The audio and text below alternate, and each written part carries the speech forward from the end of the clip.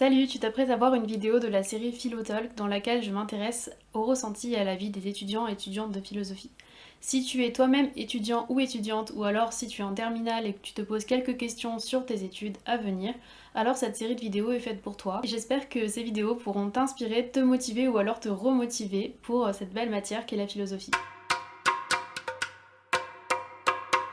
Salut Lisa, enchantée de t'avoir comme première intervenante dans mes vidéos. Déjà, comment tu t'appelles, qu'est-ce que tu fais? Je suis Elisa Lopez, en M1 philo contemporaine. J'ai fait ma prépa à Nice, au lycée Masséna. Ok. Et j'ai choisi la philo parce que j'avais des profs assez cool au lycée. Ils m'ont donné l'envie sur le moment. Et j'avais mis la prépa sur un malentendu, on verra bien. Et du coup j'ai été prise, donc cool le malentendu, c'était sympa. C'était 3 bonnes années. Ok, donc tu regrettes pas d'être allée en prépa? Non, pas du tout. C'est beaucoup de travail, mais beaucoup d'organisation. Et la première année surtout parce que du coup je travaillais tout le temps. En première année, l'emploi du temps était vraiment très chargé. Ouais. Et donc dès que j'avais un moment de libre, par exemple entre midi et 2, étonnamment j'avais toujours 2 heures pour manger. Donc je mangeais en 30 minutes, 1 heure, et l'autre heure je la passais à lycée. Oui, c'est CDU. Et pareil, dès que j'avais une pause entre les cours, j'allais là-bas. Et ça m'a permis d'avoir au contraire une deuxième année beaucoup plus allégée, alors que c'est l'année du concours, donc normalement c'est la plus dure. Mais j'avais tellement bossé en première année que pour moi... Puis en fait j'avais même pas la pression des notes parce que je m'en fichais un peu. Si j'avais le NS, tant mieux. Encore une fois, c'était sur un malentendu quoi. Oui, ok, d'accord. Et c'est donc en deuxième année que t'as choisi la philo comme spécialité? Oui, c'est ça. J'aimais bien la philo depuis le lycée. Et j'avais une bonne prof de philo en première année qui m'a encore plus donné envie. Et elle nous donnait... Enfin, sur l'année, on avait une grande dissertation à faire. Donc c'est un peu comme un mini-mémoire, on va dire. Mais comment ça, t'avais toute l'année pour la faire? En fait, il fallait se documenter sur toute l'année. Et à la fin, on avait une dissertation de 5 heures, je crois, ou 6 heures, je sais plus. Il y avait un thème? Non, justement. C'était vraiment comme un mini-mémoire, tu choisissais ce qui te faisait envie. Ah, c'était toi qui choisissais ton thème? Ouais. Mais t'avais quand même 5 heures pour le faire à un instant, tout le monde en même temps? C'est ça, ouais. Et en fait, c'était vraiment vachement bien parce que tu te documentais tout au long de l'année sur un thème qui te plaisait. Et toi, c'était quoi ton thème? Je me souviens plus de l'intitulé du sujet, mais c'était le rapport au corps. D'accord. Et c'était surtout sur le genre, parce que du coup j'ai lu Judith Butler et Badinter, c'est les deux qui m'ont marqué. Et Virginie Despentes aussi. Et voilà. Et donc ça s'est bien passé, ta grande dissertation? Oui, j'avais majoré je crois, donc j'étais plutôt contente. On avait été beaucoup à majorer, à avoir la bonne note, mais... C'était avant ou après le concours? C'était la première année, donc c'était... Ah, c'était en Hippocagne? Oui, en Hippo. Parce que du coup, on passe le concours la deuxième année en prépa. Et toi, si j'ai bien compris, t'as fait 3 ans. Donc t'as passé 2 fois le concours. Et est-ce que tu peux rapidement nous parler un peu des concours, de ton expérience? Est-ce que ça a été difficile ou pas? La première année, ça allait, le premier concours. En Cagne, ouais. Voilà, ça allait. Parce que j'avais pas trop la pression, puis... Enfin, je m'en souviens plus très bien. On m'a demandé récemment comment je m'étais organisée et je m'en souviens plus vraiment. Mais au final, j'avais pas trop la pression sur ça. Tu voulais aller à l'ENS? Oui, mais encore une fois, c'était sur un malentendu. Si je suis prise, tant mieux. Si je suis pas prise, j'allais à Lyon 3, ça me convenait tout à fait. Et du coup, ouais, la première année, ça allait. Surtout, c'était dans des conditions normales. Et la deuxième année, par contre, c'était en 2020. Le deuxième concours, du coup, ouais, 2020, Covid. Ouais. Et ça a été éprouvant. Surtout quand on te prépare à avoir un concours en avril. Au final, ils te disent bon, on le décale en mai. Ouais. Ensuite, on te dit bon, on le décale, on sait pas quand, et tu l'as début juillet. Donc, nous encore, on était une prépa de province, donc ça va, on n'avait pas trop la pression. Les prépas parisiennes, je pense qu'ils ont eu vraiment du mal là-dessus. Ouais. Et du coup, là, la deuxième fois, tu comptais un peu plus avoir l'ENS. La première année, t'étais sous-admissible ou pas? Non, pas du tout. Par contre, ça fait partie des raisons pour lesquelles j'ai été épanouie en prépa, parce que j'avais aucune pression là-dessus. Et pourquoi t'as cubé? Pourquoi t'as décidé de refaire une troisième année? Je voulais absolument pas aller à l'université. Ah. Et pourquoi? J'avais pas envie d'aller à l'université de Nice, par affinité, j'avais pas envie. J'avais pas envie d'aller ailleurs, donc c'était la prépa ou alors j'allais à l'université de Nice, mais j'avais pas envie quoi. Parce que finalement tu te plaisais bien en prépa? Ouais. Ah oui, clairement, je me suis épanouie pendant 2 ans. La troisième année moins, mais c'est des circonstances particulières et le Covid en plus qui s'est rajouté. Donc, Ok. Et donc, pour conclure, finalement, t'as été prise sur dossier. J'ai été prise sur dossier. C'est ça, donc finalement, t'es à l'ENS. Ouais. Pas par le concours, mais par tout le travail que t'as fourni en prépa. C'est ça, j'ai monté un bon dossier avec un bon projet de recherche, surtout. Sur le corps. Sur le corps. Donc en fait, ce que t'avais fait en hypocagne, Ouais. sur la grande dissertation, t'as aidé pour ensuite intégrer l'ENS. C'est ça, ça m'a suivi pendant 3 années. J'ai fait évoluer mon sujet du genre jusqu'au rapport au corps et une dimension plus scientifique. D'accord. Et du coup, j'ai été prise sur dossier pour ce projet-là. Après, bon, j'avais d'assez bonnes notes en philosophie quand même.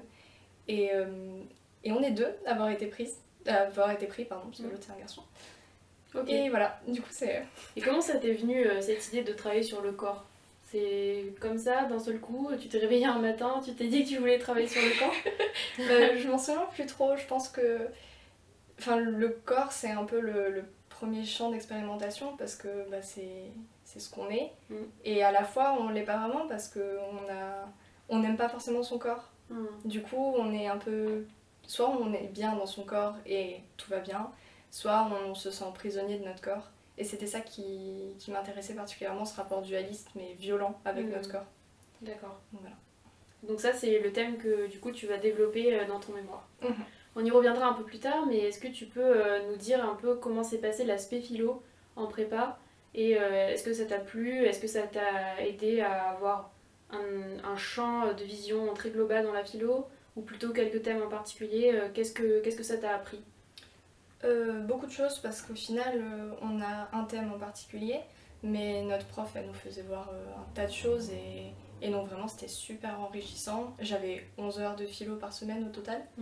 Et enfin les jeudis matins on faisait des goûters souvent avec la prof et vraiment c'est les petits moments de cohésion, l'aspect c'est... Parce que vous étiez combien en spé? On n'était pas nombreux, on était moins de 10 les 2 années. Ouais, nous aussi en spé philo on était 7 quoi. Ouais, mais c'est parfait parce que du coup t'es vraiment... Enfin t'as un rapport particulier avec les autres, avec la prof et du coup avec la philo tu fais ça par... Il y avait de la place pour faire des débats ou pour... pas forcément des débats d'opinion mais plutôt que chacun apporte sa réflexion, etc. Oui, c'est arrivé quelquefois que... Enfin je me souviens d'une fois une élève qui était pas du tout d'accord avec ce que disait la prof. Et du coup, c'est parti sur un débat pendant 30 minutes. Ouais. Enfin, c'était génial. D'accord. Du coup, quand t'étais en prépa, ce qui était au programme, c'était la mémoire et l'œuvre. Et ensuite, c'était quoi? L'espace et le sacré, non? Oui, c'est ça. Tu t'en souviens mieux que moi. Moi, du coup, j'ai juste fait la mémoire et l'œuvre. Et avant, c'était le phénomène et l'éducation. D'accord. C'était bien? Ça va, c'était intéressant. Mais j'avoue que le thème qui m'a le plus marqué, c'est la mémoire. Je pense que toi aussi, non? C'est quand même un thème super intéressant. Déjà, c'est intéressant, puis en plus, ça m'a fait découvrir Bergson, mon grand amour. Tu fais ton mémoire du coup sur Bergson en partie? Ouais, mon mémoire de première année, parce que du coup à l'ENS, on a un mémoire par année. C'est sur Bergson et les pragmatistes. Ok. Ouais. Et du coup, les thèmes, qu'est-ce qui t'a plu? Par exemple, à part la mémoire, il y avait d'autres thèmes qui t'ont intéressé ou... Alors l'œuvre, ça m'a intéressé, mais un peu moins, parce que bon, on nous rabâche des trucs sur l'art depuis... Enfin, même en première année, on avait longuement été sur l'art, du coup, bon, c'était moins intéressant. Et qu'est-ce qui t'a plu dans la mémoire alors? Qu'est-ce que ça t'a fait découvrir? Le côté scientifique, c'est ça qui m'a plu, et du coup, quand... Donc c'était métaphysique en tronc commun. Ah oui. Et ça m'a beaucoup plu, ça m'a donné envie d'être prof les jours où je ne comprenais rien à ce que racontait la prof. Pourquoi? Parce que du coup, t'avais envie d'être la personne qui t'explique, d'être la personne qui rend tout clair, les choses compliquées. Exactement, parce que ma prof est géniale, hein. Enfin elle est parfaite. Mais il y avait des jours où c'était tellement compliqué et tellement obscur que... Est-ce que tu peux expliquer en 2 mots ce que c'est la métaphysique? En gros, qu'est-ce que ça aborde comme thème par exemple? C'est quoi les grandes questions qu'on traitait? Qu'est-ce que l'être? Ouais, enfin le truc c'est qu'en fait la métaphysique c'est la philo. Ouais. Du coup... et c'est la philo un peu les grandes questions de base de la philo. Ouais, quoi. Ouais. Oui, et du coup c'était pas simple j'imagine à étudier. Ouais, mais c'était vraiment intéressant et du coup quand en 2e année on a eu la science en tronc commun, étrangement j'ai eu de très mauvaises notes parce que j'étais habituée du coup à faire de la philo très spirituelle en fait. Et du coup avec la science, on revenait sur du concret. Ouais. Et j'ai eu vraiment du mal, j'ai décollé peut-être en janvier.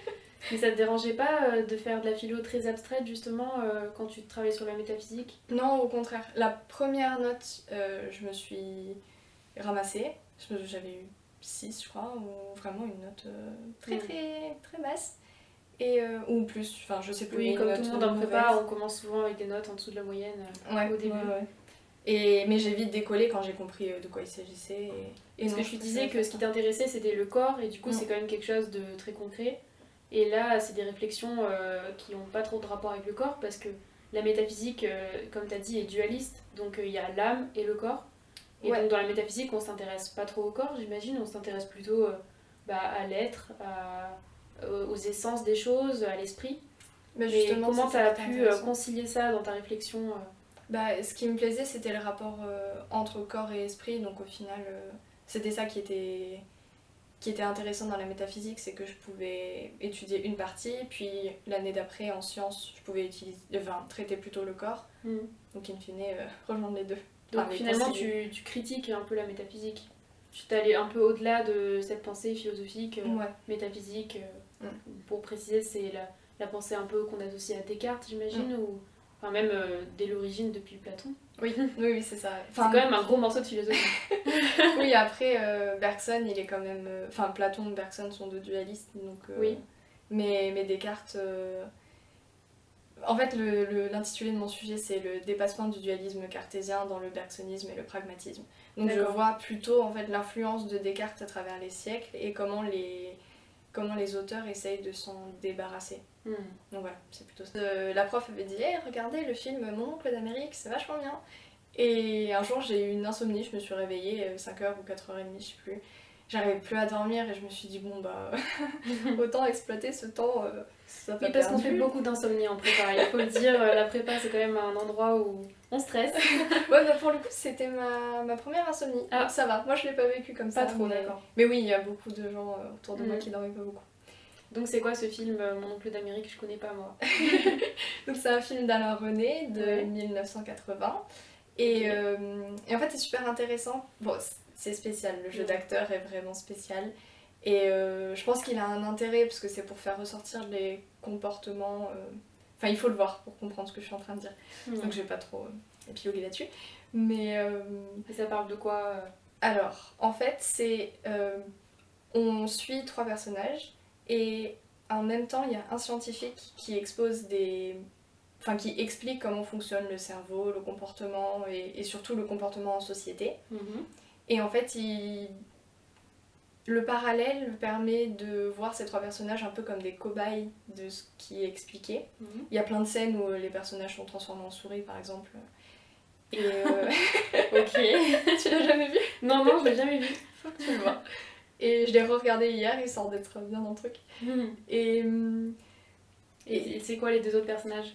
Le premier c'est un scientifique et les 2 autres Non, il y a le scientifique qui apparaît. Ah, le scientifique lui il parle des 3 personnages. Ouais. D'accord. Et les 3 autres personnages, c'est une femme qui fait du théâtre, un homme qui fait de la politique, à peu près, enfin il fait un tas de trucs, et un autre qui travaille dans l'industrie. Et en fait, vu qu'aussi l'idée c'est de voir comment sont reliées ces vies, enfin comment les comportements des gens influencent les uns sur les autres. À un moment, le scientifique dit « nous ne sommes que les autres ». Donc parce qu'en fait, on vit dans des rapports qui nous construisent avec les autres. Et c'est un peu une expérience scientifique le film en fait. Ouais, c'est ça. Et du coup, les 3 personnages vont se rejoindre à certains moments. Et on voit vraiment comment on influe sur les autres, quoi. Ok. Et c'est vachement intéressant. Donc ça t'a donné l'idée de travailler sur le corps? Sur le comportement en fait, ça m'a surtout donné cette envie-là. Et le comportement par rapport aux autres. Et en fait, il parle des maladies psychosomatiques à un moment, et c'était ça vraiment le truc central avec lequel je suis arrivée à l'ENS. Et que j'ai dû mettre de côté parce qu'en première année, c'est assez difficile d'entrer direct dans quelque chose d'aussi compliqué. Donc parce que c'est pas seulement de la philo là, du coup c'est aussi de psychologie, voire même de psychiatrie, non? Sociologie et... Il y a quoi comme maladie par exemple qui t'intéressait, qui mettait en jeu le corps et l'esprit? En fait pas vraiment des maladies, c'était juste l'idée des maladies psychosomatiques. Ça existe des maladies qui mettent les deux en rapport quoi. Voilà, c'est ça. Et donc à un moment le scientifique dit quelque chose comme... on extériorise sur les autres, mais au bout d'un moment on peut plus extérioriser, ou il y a des moments où on peut pas extérioriser, du coup ça passe dans on fait notre corps contre soi, ouais. Et là on développe des maladies psychosomatiques. Okay. Et c'est ce moment qui m'a fait mais merde, c'est ça que je veux faire en fait. Oui, ça montre qu'il y a vraiment un lien entre l'esprit et le corps. Ouais. Donc tu as été prise sur dossier à l'ENS, donc tu es arrivée en septembre dernier. C'est ça. Comment ça s'est passé ton arrivée à l'ENS? Est-ce que déjà tu étais un peu stressée d'arriver dans cette école? Parce que bon, l'ENS, petite précision, c'est l'école normale supérieure, c'est là où j'étudie aussi. Et c'est quand même une école assez réputée et où on peut être un peu... avoir un peu peur d'y arriver. Ouais, clairement. Comment ça s'est passé pour toi? Déjà j'ai loupé la première réunion parce que je savais pas qu'il y avait la réunion. En plus je savais pas quand était la rentrée, donc franchement je serais comme une touriste. J'ai rencontré déjà des gens par Facebook, donc ça aide. C'était un peu décevant parce que j'étais prise à l'ENS et j'y allais pas quoi. Donc c'était un peu chiant. Mais d'un autre côté c'est cool parce que les cours en présentiel, en distanciel pardon, ça permet quand même de plus parler par le chat. D'accord. Donc étrangement, t'es plus loin, mais tu parles plus que quand t'es en cours. Donc quand tu parles par le chat, c'est pour faire des débats, pour poser des questions? Ouais, poser des questions, faire des blagues. Donc les cours de philo à l'ENS, est-ce que c'est comme les cours de philo en prépa ou c'est très différent? Pas vraiment parce que c'est des séminaires, donc c'est de la recherche. Et c'est ça qui est bizarre, c'est qu'en fait en prépa, on t'apprend à disserter et à réfléchir. Et à réfléchir de toi-même, à créer une réflexion à partir d'un sujet. Alors qu'à l'ENS, c'est plus vraiment de la recherche.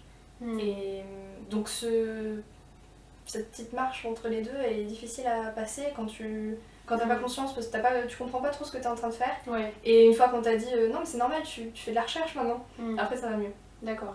Mais par contre c'est tout aussi intéressant et tout aussi enrichissant parce qu'on apprend toujours énormément de choses. Donc toi la recherche ça t'intéresse? Tu penses que tu veux devenir chercheuse ou pas? Non, je veux faire prof de philo en lycée. D'accord. Donc pas vraiment chercheuse, mais oui ça m'intéresse parce que... Mais ça t'intéresse de faire un peu de la recherche avant de devenir prof? Oui, clairement. Tu comptes faire une thèse?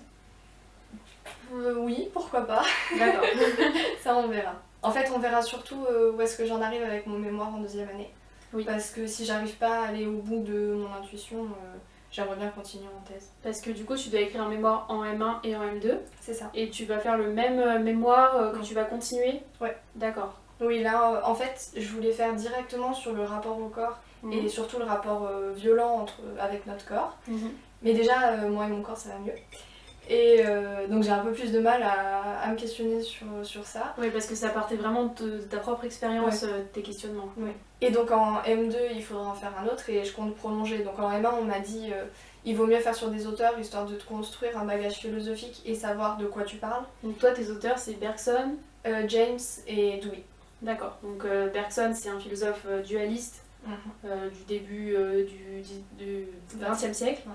Et James et Dewey, c'est deux philosophes pragmatistes. C'est ça. À peu près la même de la même époque ou pas? Oui. James et Dewey sont des monistes, alors que Bergson, c'est un dualisme à la manière de Descartes, mais révisé. Et le fait qu'ils aient été en correspondance, ça me permet aussi de voir un peu des liens entre pragmatisme et bergsonisme. Et en plus, je les oppose à Descartes, qui a une grande influence sur toute la philosophie après lui. Et comme ça, j'essaye de voir comment ils essayent tous de s'en débarrasser, s'ils y arrivent ou s'ils n'y arrivent pas. D'accord. Parce qu'il y a quand même une très grande influence cartésienne qui se ressent encore. Donc là, pour l'instant, j'ai rédigé mon premier chapitre et je vois que Descartes est toujours vachement là. Est-ce que c'est facile ou pas d'écrire un mémoire en M1? Facile, pas vraiment, parce qu'il faut vraiment être super organisé et si on n'a pas une idée de départ quand on arrive en prépa, c'est compliqué. Ouais. Mais toi, t'avais déjà ton idée puisque c'est comme ça que t'es rentrée à l'ENS. Exact. Et donc j'ai pu me trouver un directeur direct dans les premières semaines. J'ai trouvé mon directeur. Et ton directeur, il est à l'ENS ou pas? Non, c'est un directeur de Lyon 3. D'accord. C'est Stéphane Madel-Rieu.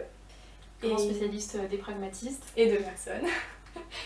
Et donc c'est lui aussi qui m'a fait découvrir les pragmatistes parce que je parlais de Schusterman dans mon projet de mémoire, qui est un pragmatiste mais actuel, contemporain. Et il m'a dit ah au fait vous avez parlé de lui mais si vous parlez de personne ce serait bien de parler de William James, vous allez voir c'est intéressant. Donc je suis allée me documenter, c'est vrai que c'est super intéressant. T'avais déjà eu des cours ou pas sur ça? Parce que c'est peut-être un peu compliqué d'aborder un auteur qu'on connaît pas du tout, par soi-même, sans cours comme ça. J'avais pas du tout de cours ni sur Dewey ni sur James. Donc il m'a dit oh, il faudrait lire tel livre, tel livre. Et en fait James, il était prof, donc j'ai lu le précis psychologie qui est destiné aux élèves. D'accord, donc c'est clair. Assez limpide. En plus d'être... C'est rare les livres de philo qui sont limpides à la première lecture. C'est super intéressant et vraiment c'est limpide. D'accord. J'adorais. Mais ça demande de l'organisation parce que c'est fastidieux de lire tous les articles, tous les livres, d'écrire aussi, Enfin, on fait d'abord un corpus, après on fait le plan, ensuite on voit, on arrange un petit peu où vont chaque chose.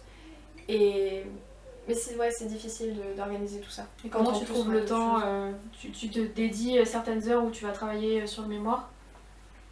J'essaye. Ouais. Mais là par exemple j'avais réussi à bosser de temps en temps.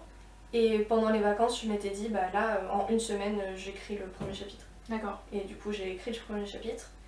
Et enfin je me fixe des objectifs mais surtout je m'écoute. Et ça je pense que c'est un des conseils les plus importants, c'est de s'écouter.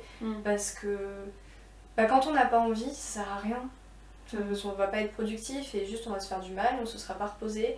Donc si on a envie de se reposer, on se repose. Et qu'est-ce qui se passe si on a toujours envie de se reposer? C'est plus problématique là. Mais après, toi ça va quand même, t'arrives à te motiver toute seule. Normalement ton mémoire c'est quand même quelque chose qui te passionne. Ouais. Donc, c'est un sujet que t'as vraiment envie d'élucider quoi. Ouais voilà c'est ça. Et les cours alors, ça se passe bien? T'es satisfaite? C'est difficile de travailler les cours ou pas? Oui. Oui, et c'est vraiment bizarre en fait comparé à la prépa parce que la prépa on t'enseigne des trucs que t'es obligé d'apprendre parce que... Pour le concours. Voilà, pour le concours, et puis à chaque fois t'as des dissertes toutes les semaines, donc t'es obligé d'apprendre, tu peux pas faire l'impasse. Alors là, les cours, ça se passe comment? T'as des dissertes à faire ou pas du tout? Ouais, ça dépend. Il y a certains cours où on a une disserte à la fin, donc on apprend. Il y a d'autres cours qui ont des modes de validation différents. Dissertation, il y a des exposés, il y a des mini-mémoires, c'est une dizaine de pages où il faut quand même se documenter sur plusieurs œuvres. Là par exemple, j'ai un cours de géo littéraire, donc rien à voir avec la philosophie. Ce qui fait que je n'apprends pas forcément ce qui est dans ce cours, mais ça m'intéresse quand même beaucoup. Il y a certains trucs que je vais retenir ou qui vont m'aider pour la philosophie. Il y en a d'autres, je sais que ça m'intéresse pas forcément, donc je vais faire l'impasse. Et mon mini-mémoire, je vais le faire sur quelque chose qui me plaît. Donc en l'occurrence, j'avais choisi une œuvre de science-fiction et je parle de la ville de science-fiction. Donc là, c'est vraiment pas du tout de la philo, c'est complètement autre chose. Ouais, et c'est ça aussi qui m'a beaucoup plu à l'ENS, c'est que on peut prendre des cours qui n'ont rien à voir. Et comme ça, on garde quand même la pluridisciplinarité qu'on avait en prépa. C'est quand on s'extrait un peu de la philo que parfois on a des idées, comme toi avec le corps. Ouais. Et la géo, c'est quelque chose qui t'intéresse beaucoup. Pourquoi t'as choisi la géo? En prépa, en fait, j'aimais beaucoup la géo parce que c'était important et à la fois les moments un peu détente, notamment avec les schémas et les croquis. Donc quand j'avais envie d'être productive mais que j'avais pas envie de réviser, je faisais des croquis et des schémas et comme ça je restais productive mais c'était détente. Et ça me manque beaucoup d'ailleurs les croquis, les schémas, j'essaye d'en mettre dans mon mémoire. Tu fais des schémas de philo? Ouais, j'essaye. Quand tu seras prof, tu pourras faire des schémas au tableau aussi. Ah ouais, clairement. J'adorais quand mon prof en prépa faisait des schémas au tableau parce que j'avais l'impression que tout était beaucoup plus clair que quand le prof est simplement en train de parler. Ouais. Et d'ailleurs, ce qui m'a un peu freinée quand je suis arrivée à la fac et à l'ENS, parce que j'ai fait un peu les deux du coup en première année, c'était que justement les profs parlaient seulement. Et il y avait très peu de supports écrits, ils distribuaient parfois des citations, mais ils faisaient pas de schéma au tableau, etc. Ils parlaient, et parfois c'était un peu compliqué de se concentrer. Et est-ce que pour toi ça a été un problème, la concentration, surtout avec les cours en distanciel et tout, où t'arrives bien à te concentrer pendant 2-3 heures parfois? Non, pas vraiment, surtout en distanciel, c'est difficile. Après ça dépend parce qu'il y a certains profs qui mettent quand même beaucoup de textes ou des images, des PowerPoint.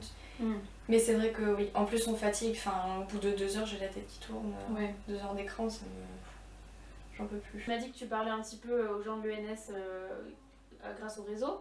Est-ce que tu as réussi aussi à les voir en vrai? Est-ce qu'il y avait quelques soirées, quelques fêtes? Comment ça se passait la vie étudiante sous Covid? C'est très triste parce que moi j'avais une grande hâte, c'était découvrir les festives, ce genre de choses.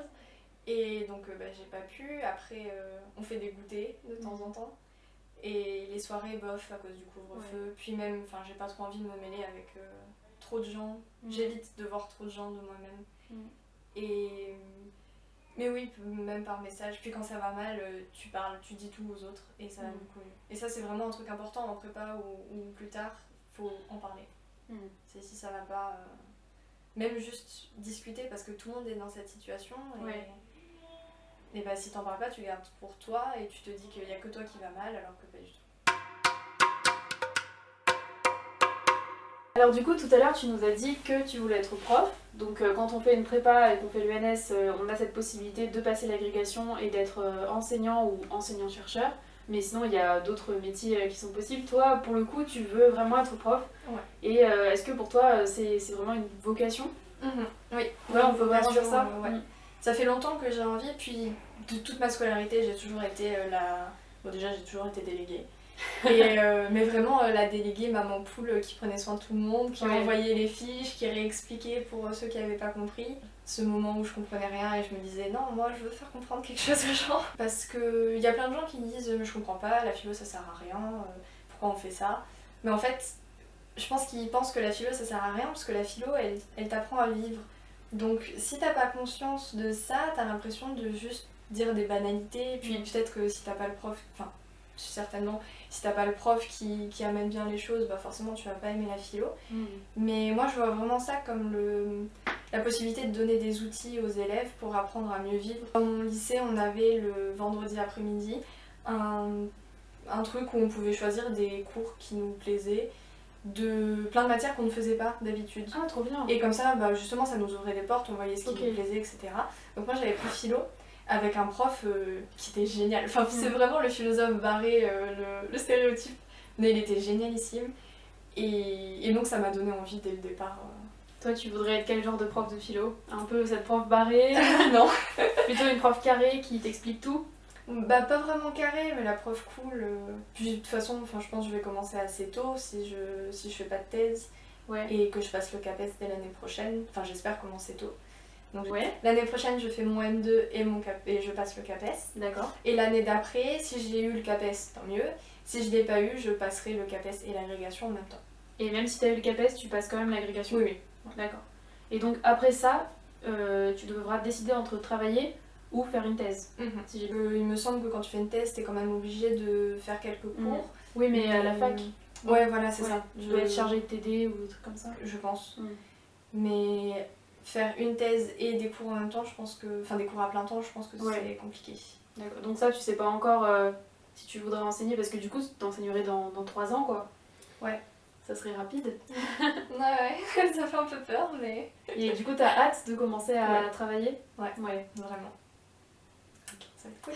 J'essaye de pas trop me projeter, parce que sinon, je flippe. Ouais, je comprends. Donc voilà, une chose à la fois.